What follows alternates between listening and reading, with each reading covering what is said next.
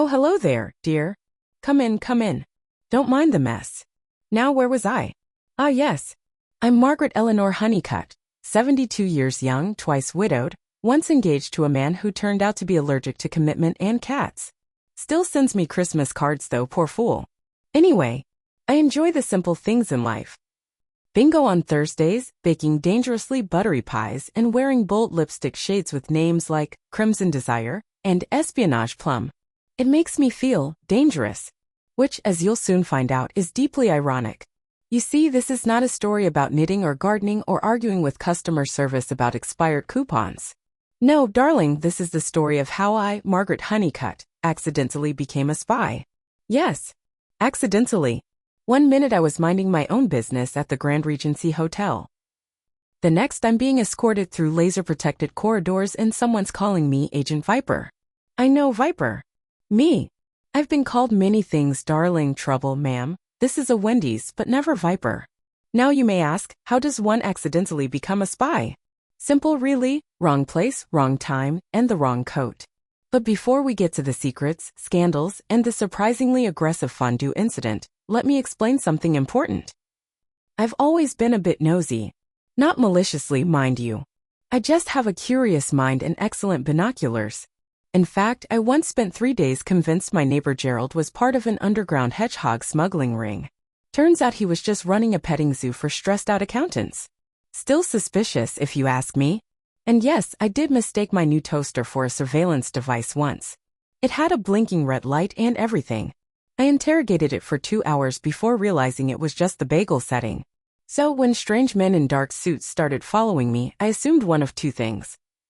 Either I was finally being recognized for my legendary lemon bars, or I had in fact stumbled into something much bigger. Spoiler alert, it wasn't the lemon bars. Now grab a cuppa, settle in, and buckle up, because this story has disguises, mistaken identities, secret handshakes, a flamingo-shaped drone, and me, a 72-year-old woman with plantar fasciitis and a surprisingly effective left hook. Ready? Good. Because once this party starts, there's no turning back. Now, as I mentioned, this all began on a perfectly ordinary Tuesday afternoon. Well, as ordinary as it gets when Barbara from book club insists on wearing her seduction red, feathered hat in public. We were meeting at the Grand Regency Hotel, a posh place with marble floors, velvet chairs, and toilets that sing when you flush. Very fancy. I kept thinking I was being followed, but it turned out to be my own footsteps. Still unnerving. Anyway, our book of the month was something dreadful about vampires and gluten intolerance. I didn't read it. I was there for the mini quiches and the chance to make snarky comments about Barbara's hat. But as fate would have it, Destiny was hiding in the coat room. You see, it was chilly that day, and I had worn my favorite beige overcoat. Classy. Me. After our meeting and several aggressive sips of mediocre tea, I went to retrieve my coat. Now, let me explain something. The coat room was dimly lit, and the coat check girl was busy flirting with a man who looked like a retired magician. There were at least a dozen similar-looking coats, all muted grays and dignified buttons. So I grabbed what I thought was mine, fluffed the collar, and made my way out. It was only when I reached the revolving doors that I realized. This coat smelled faintly of gun oil and peppermint. It had an inner lining with pockets. So many pockets. And 3. There was a click when I moved my arm like a switch had been triggered. Now I may be nosy, but I'm not a complete fool. Naturally, I started rummaging. Inside one of the hidden pockets, I found a tiny earpiece, a crumpled napkin with numbers and symbols, and, get this, a photograph of a cat wearing a monocle. That cat looked very suspicious. Possibly Russian. Before I could properly panic, a man in a dark suit approached me, hands folded, jaw clenched, earpiece visible. You know the type. The kind who probably shaves with a laser and drinks nothing but unflavored protein. He looked me up and down and said, "Ma'am, the car is ready." Naturally, I responded, "What car?" To which he replied, "The director is expecting you." Now I don't know who this director fellow is, but the way he said it, I had 2 options. Tell him he's got the wrong woman and go home to heat up my shepherd's pie. Pretend I had any idea what was going on and see where this ridiculous ride takes me. Well, darling, the pie could wait. I nodded, pursed my lips in what I hoped looked like mysterious confidence, and followed him out. Waiting by the curb was a sleek black car with tinted windows so dark it probably had privacy settings. The back door opened automatically. I half expected smoke and a jazz trumpet to come pouring out. I slid in awkwardly, knees first like a collapsing deck chair, and was greeted by another suited man holding what looked like a holographic tablet. He barely glanced at me before saying, "Agent Viper, we've been monitoring your signal. The package was recovered. Now listen. When a man calls you Agent Viper and you're wearing a coat full of spy junk, you do not correct him. You lean in, you squint slightly like you've seen things, and you say something like, 'The package is secured. But next time, tell your man to wear deodorant.'" He blinked once. Nodded. Understood. I think at that moment, I officially stopped being Margaret Honeycutt, twice widowed lover of rhubarb jam, and became Agent Viper, Senior Division. As the car sped off, I did what any curious granny would do. I started rifling through the coat more thoroughly. There was a lipstick that wasn't lipstick. It clicked when I twisted it and made a faint buzzing sound. Possibly a tranquilizer dart. Possibly a vibrator. I didn't dare test it. I also found a folded map with cryptic markings, a key labeled Unit 43, Vienna, and a very small wrapped mint. I ate the mint. Could have been poison. Wasn't. Delicious. Suddenly, the driver spoke up. "We've changed the location. We're heading straight to the event. Hostiles may have compromised the original site." Hostiles. Event. Compromised. I was starting to feel like I was inside one of those late-night action movies with too many explosions and not enough bras. But I didn't panic. "Oh no, darling." I crossed my ankles like a lady, reapplied my fuchsia fire lipstick and said, "Good. I hate predictable venues." He nodded. I was starting to think I might be good at this spy thing. Moments later, we pulled up to an unmarked building with glowing windows and doormen in tuxedos. Someone handed me a silver badge that said, "Clearance Level 7. I had no idea what that meant, but I pinned it on my lapel like it was a corsage from the CIA prom. And just like that, I walked through those doors and into a room full of secrets, codes, double crosses, and unfortunately, very questionable hors d'oeuvres. But I'll get to that in the next part. Always check the pockets. And never underestimate a granny in a stolen coat. Imagine a room lit like a French perfume commercial, dramatic shadows, golden chandeliers, and the unmistakable smell of money mixed with goat cheese. There were people in tuxedos and silk gowns, sipping champagne and pretending to understand modern art. You know the type, talks about tone and energy but can't boil an egg. And me? Standing in the middle of it all, wearing someone else's spy coat, holding a suspiciously warm cocktail sausage and trying very hard not to get caught. Now here's the funny part. I wasn't just blending in. I was thriving. Turns out, all those years of eavesdropping at the hair salon and decoding my late husband's handwriting were perfect training. I was built for this. People kept coming up to me saying things like, "The nightingale flutters twice before sunrise," or, "The opera is cancelled when the lilies bloom," to which I'd respond with something like, "Then the gardener must wear boots to the masquerade." And they'd nod very seriously and scurry away like nervous squirrels. I had no idea what I was saying, but I delivered it with such confidence I could have passed for the Queen's cousin with a double life. At one point, a tall woman with platinum hair in the bone structure of a villain leaned in and whispered, "Did you secure the microfilm from the violinist?" I froze. What violinist? What microfilm? I haven't seen a microfilm since 1983 when I accidentally taped over my wedding video with murder, she wrote. But did I let that stop me? I looked her straight in the eye and said, "The strings snapped at midnight. You'll have to contact the cellist." Her lips twitched like she wanted to smile but wasn't legally allowed. Then she walked away. I think I gave an order? I'm not sure. But it felt powerful. Meanwhile, I was getting peckish. Being a fake spy is hungry work. I approached the hors d'oeuvres table where a man in a bow tie offered me what he called a deconstructed foie gras sphere with molecular garnish. I asked if he had any normal cheese cubes.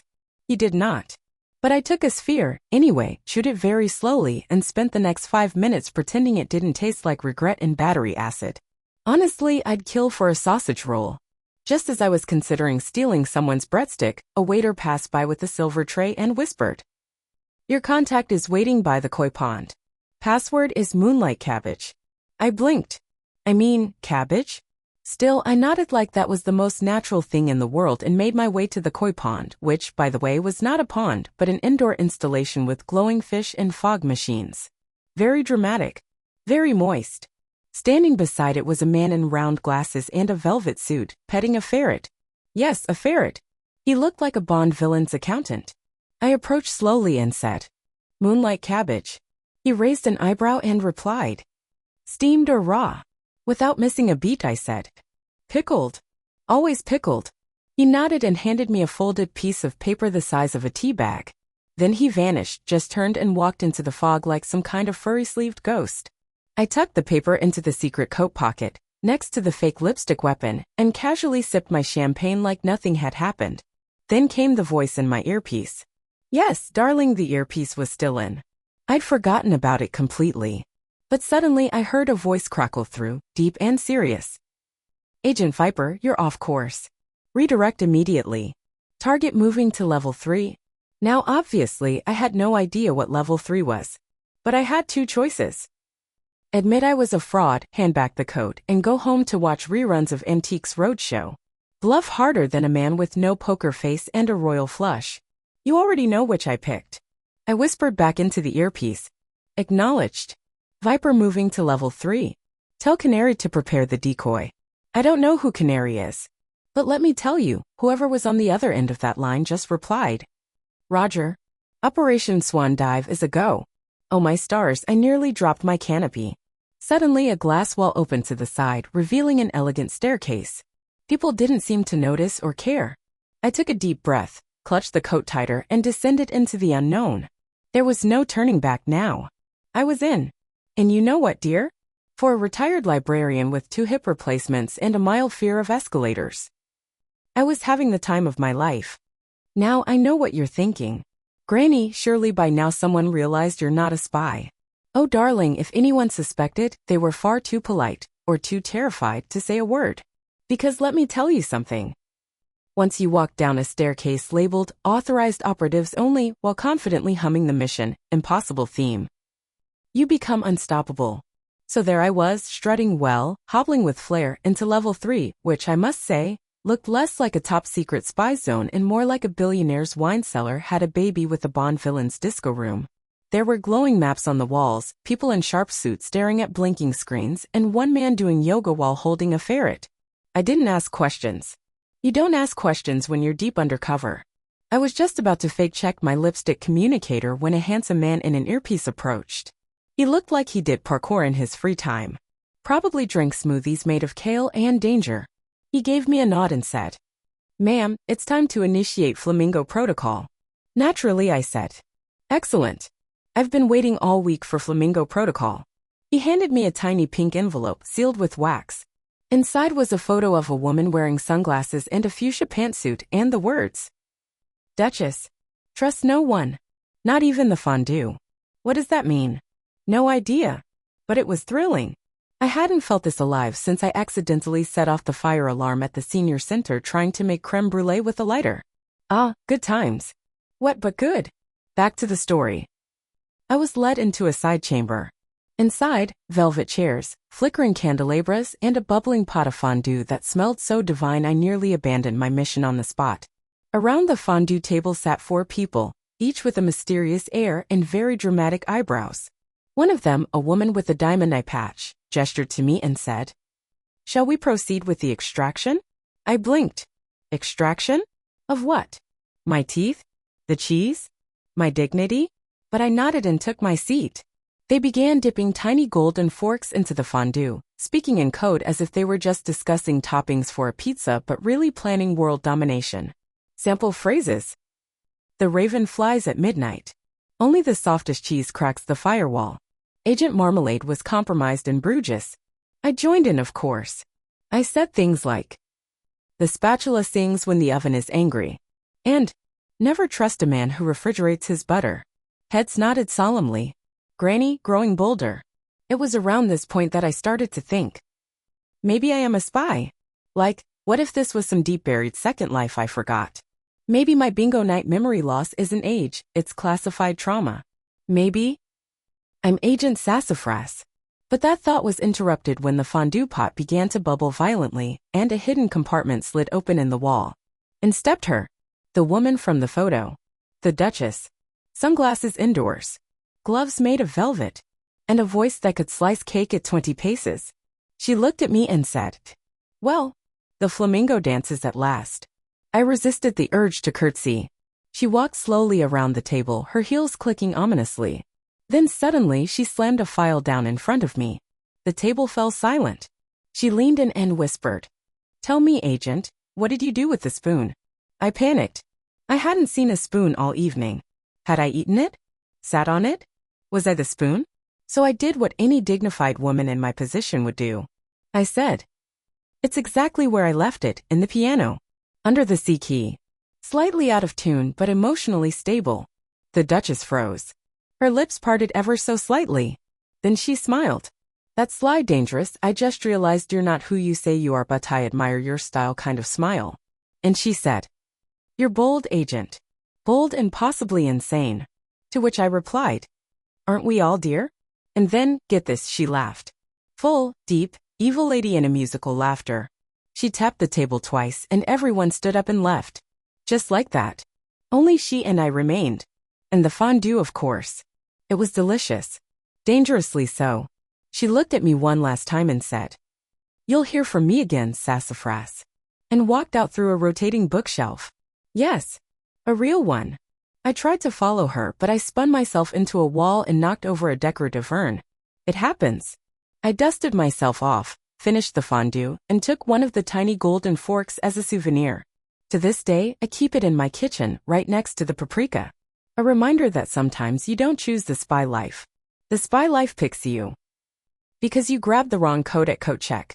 Now listen, my dear, after a night like that, you'd think the universe would give a granny a break. A nap. A biscuit. Maybe a call from the Queen to say, "Good job, Gloria. Have a day off." But oh no. Instead, I was about to have the most dangerous cup of tea of my life. It started, as most suspicious mornings do, with a knock at the door. Knock knock. I opened it cautiously, holding a butter knife behind my back, not because I'm a fighter, but because I was buttering toast and I don't like waste. There stood a man. Tall. Impossibly clean. Wearing what can only be described as a villain's bathrobe, black silk, gold embroidery, and just a little too confident. He smiled. "Good morning, Duchess," he said. "Complimentary tea service on behalf of the agency." Now one might ask, what agency? The hotel? Me 6? A loyalty program? I didn't know. But the tea tray had scones, so I let him in. He poured the tea. Offered me the first cup. Suspicious, of course, but I'm British. Refusing tea is treason, even if it might kill you. I sipped. Delightful.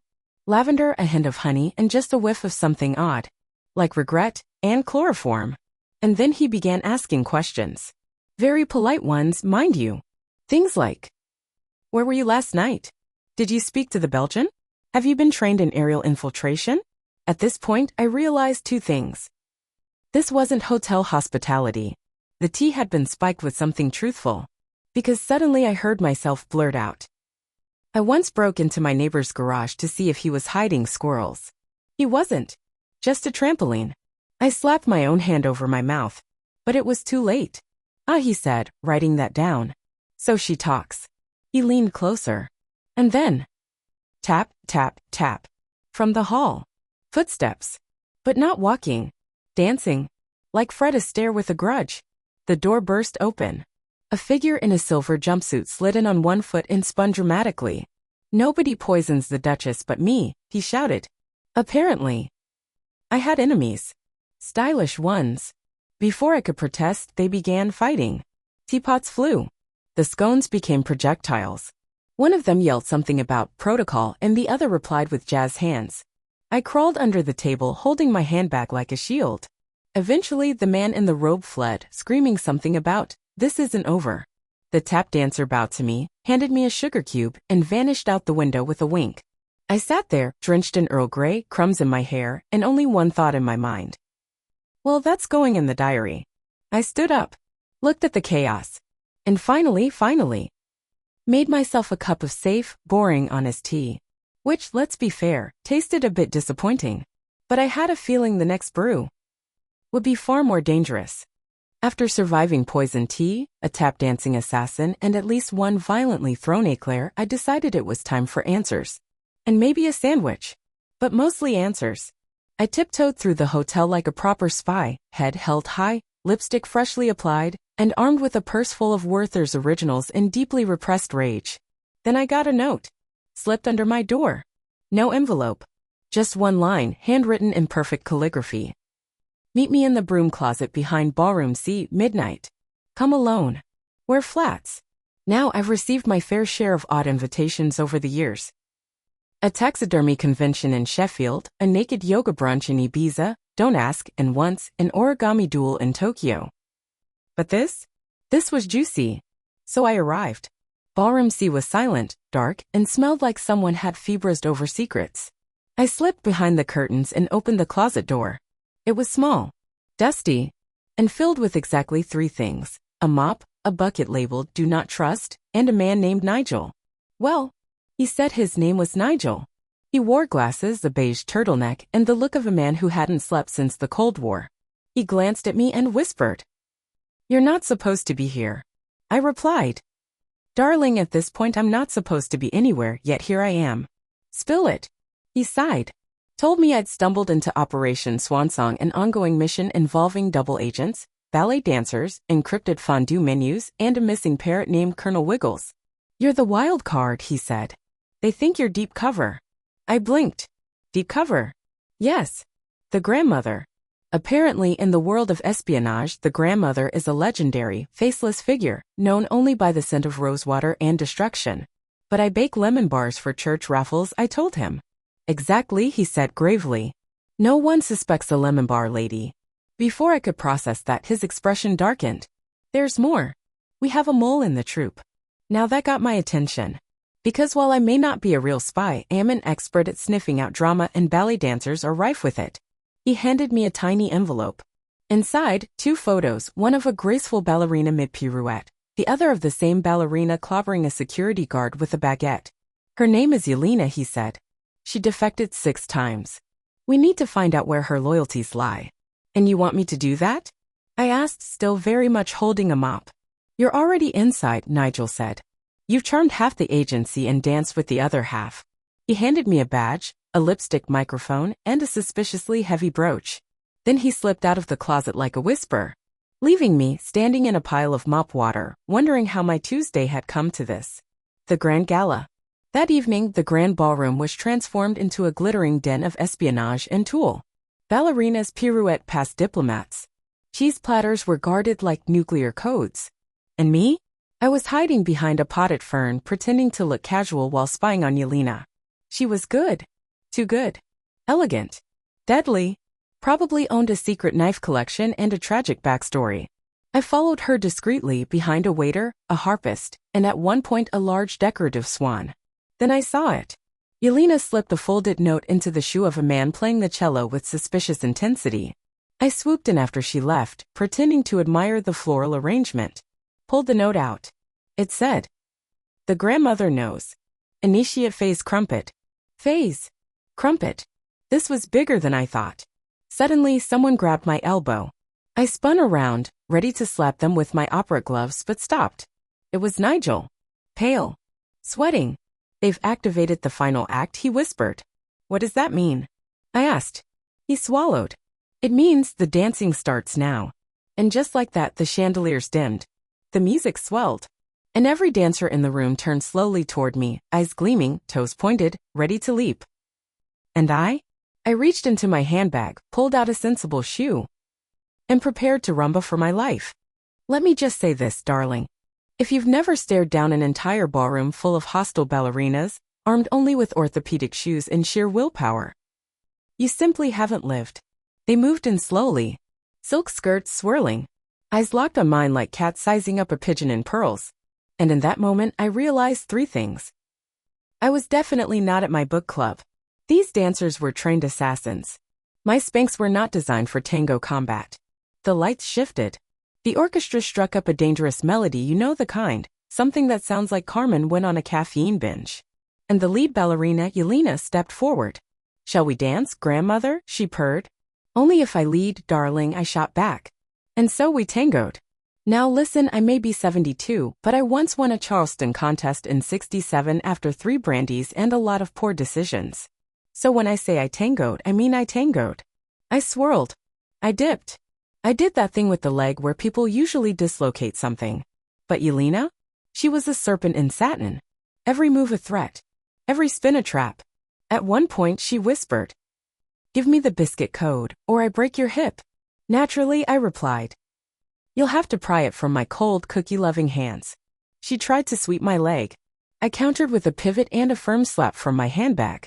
You see, it wasn't just a handbag, it was reinforced with a tin of emergency digestive biscuits. Heavy enough to stun, light enough to swing. The crowd thought it was a performance. They clapped. Someone shouted, "Bravo." A man in a monocle wept. Meanwhile, I whispered to myself, "You've still got it, Gloria." But the code? Oh yes, let's talk about that. You see, earlier that day, Nigel had slipped me something disguised as a packet of hobnobs. But inside wasn't a biscuit, it was a microfilm encoded with international launch codes and someone's chili recipe. He called it the biscuit code. Why? Because British intelligence has a sense of humor and too much tea. The problem? I'd hidden it. Somewhere safe. Somewhere no one would ever look. My brassiere. Yes, darling. Right there under the girls. Triple hook, anti-theft, wrinkle-resistant. Good luck, Yelena. So there we were, tangoing, sweating, pretending this wasn't utterly ridiculous. She whispered, "Tell me the code, or I snap your bunion." I narrowed my eyes. Snap it, and I screamed so loud MI6 will hear me from here to Wales. And then suddenly she stopped. She looked over my shoulder. Eyes wide. I turned. And there he was. Colonel Wiggles. Yes. The parrot. The mythical, top-level intelligence courier bird. He perched dramatically on a crystal chandelier, wearing a tiny sash embroidered with the words "Top Secret." He squawked twice, then dive-bombed the dance floor, scattering glitter and feathers like confetti at a villain's birthday party. "Phase crumpet is compromised," he shrieked. "Initiate biscuit protocol." Absolute pandemonium erupted. The dancers dropped their disguises, tearing off tulle to reveal tactical jumpsuits. Tables flipped. Smoke grenades disguised as profiteroles exploded in a puff of vanilla-scented chaos. Nigel popped up from under the buffet table, waving a baguette like a sword. "Run, grandmother," he screamed. I made a break for it, leaping over a cheese platter, skidding past a rogue violinist, and barrel-rolling gracefully, I might add, behind a decorative Roman column. Yelena was hot on my heels, hissing, snarling, and still somehow in perfect relief. I turned, pulled out my brooch, and pressed the ruby center. Boom. Smoke, glitter, and the smell of burnt toast.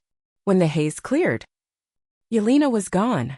Nigel was coughing, and Colonel Wiggles was dramatically sipping from a miniature martini glass. The mission, it seemed, was complete. I had survived. And my biscuit tin was still full. Later that night, I returned to my room, kicked off my heels, peeled off my Spanx with the ceremony of a warrior retiring from battle, and sat down with a nice cup of chamomile. I looked at the biscuit code, now safely sealed in a tin of shortbread.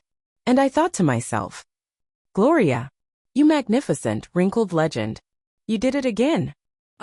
Operation Swan Song. The biscuit code. The tango of death. You'd think that would be the end of it, wouldn't you? But no. Turns out, when you save an international summit from a ballet-fueled coup d'etat using only snacks, sass, and sheer geriatric willpower, people notice. A week later, I received an unmarked envelope. Inside, a thank you card from MI6 with glitter no less, a lifetime supply of ginger snaps, and a mysterious invitation. Operation Bridge Club Final Round. Sunday. Bring snacks. Now, I thought it was just going to be an actual bridge game. You know, cards, gossip, a bit of light cheating, nothing too strenuous. But when I arrived at the community center, wearing my finest floral blouse and emotional support pearls, I was greeted by a dozen grandmothers in cardigans, all former spies. Agnes, who once smuggled diamonds in a fruitcake. Mildred, who taught karate to penguins during the Cold War. And Doris. Oh, sweet Doris, who could kill a man with a knitting needle and still make it to church by 10. They welcomed me with nods. I was one of them now. I took my seat, shuffled the cards, and smiled politely. Underneath the table, we exchanged coded looks. The air was thick with tension and the scent of lavender hand cream. Then someone whispered, "Next mission's in Monaco. Bring sunblock." I sipped my tea, smiled, and said, "I'll pack the shortbread." Soft nostalgic music begins to swell. Strings and piano warm, funny, a bit sentimental. So, my darling, that's how I accidentally became a spy, survived a secret party, foiled an international plot, and joined a geriatric elite task force disguised as a bridge club. Not bad for a lady who once burned instant noodles. Now if you're sitting there thinking, surely this can't be real? Well, that's the thing about spy stories. The truth is always wrapped in pastry, coated in glitter, and hidden in someone's bra. If you enjoyed my little adventure, do an old lady a favor. Hot beverage like this video. Bell subscribe to the channel. Because this was just the beginning, sweetheart. There are so many more ridiculous, thrilling, possibly slightly illegal stories coming your way. From your favorite accidental operative, Granny Margaret Eleanor Honeycutt signing off.